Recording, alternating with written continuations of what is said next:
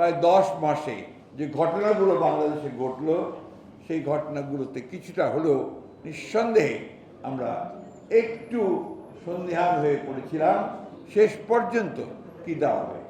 আজকে ফ্যাসিস্ট আওয়ামী লীগ তারা বাংলাদেশের প্রতিটি প্রতিষ্ঠানকে ধ্বংস করে দিয়েছে।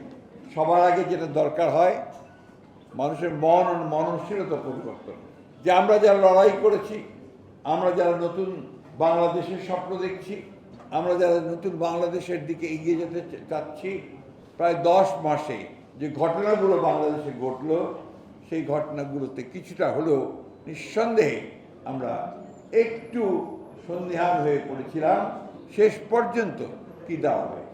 আমরা অত্যন্ত অনুপ্রাণিত হয়েছি, আশ্বস্ত হয়েছি যখন আমরা দেখলাম যে এই আন্দোলনের প্রধান দল বিএনপির ভারপ্রাপ্ত চেয়ারম্যান জনাব তারেক রহমানের সঙ্গে অন্তর্বর্তীকালীন সরকারের প্রধান উপদেষ্টা ডক্টর প্রফেসর মোহাম্মদ ইউনূস তিনি একটা সভা করলেন এবং সেই সভায় তারা কতগুলো বিষয়ে একমত হলেন।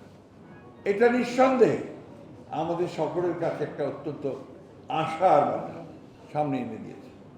আজকে এই অভ্যুত্থানের মধ্য দিয়ে একটা সুযোগ সৃষ্টি হয়েছিল এর কথা আমি এখন বলবো না, সুযোগ সৃষ্টি এখনো আছে, হয়েছে যে আমরা সবাই মিলে বাংলাদেশের যারা আমরা ফ্যাসিবাদের বিরুদ্ধে লড়াই করেছি, সংগ্রাম করেছি, সবাই মিলে আমরা অন্তত একটা গণতান্ত্রিক রাষ্ট্র ব্যবস্থা আমরা নির্মাণ করতে চাই।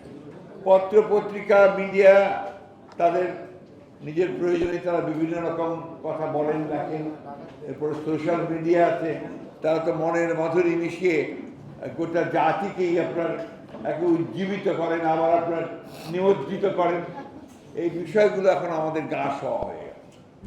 RICL TMX, যুগের পর যুগ স্থাপনা থাকে মজবুত। আজকে ফ্যাসিস্ট আওয়ামী লীগ তারা বাংলাদেশের প্রতিটি প্রতিষ্ঠানকে ধ্বংস করে দিয়েছে। তারা নির্বাচন ব্যবস্থা, রাষ্ট্রীয় কাঠামো, বিচার ব্যবস্থা, আমলাতন্ত্র, শিক্ষা ব্যবস্থা, স্বাস্থ্য ব্যবস্থা সব কিছুকে তারা ধ্বংস করে দিয়ে গেছে। আজকে চেষ্টা করা হচ্ছে এগুলোকে আবার একটা জায়গায় নিয়ে আসার জন্য। আমরা আশা করি যে অন্তর্বর্তীকালীন সরকার তারা কাজ শুরু করেছেন, নিঃসন্দেহে তারা ইতিমধ্যে অনেক কাজ করেছেন, ভালো কাজ করছেন, আমাদেরকে পথ দেখাচ্ছেন। আমরা আশা করব যে আমরা সমস্ত রাজনৈতিক দলগুলো যারা ফ্যাসিবাদ বিরোধী, আমরা সবাই একজোট হয়ে একসাথে আমরা তাদেরকে সহযোগিতা করব এবং আমাদের যে লক্ষ্য অর্থাৎ একটি সত্যিকার অর্থেই একটি গণতান্ত্রিক রাষ্ট্র ব্যবস্থা, একটি গণতান্ত্রিক রাষ্ট্র, সেই জায়গায়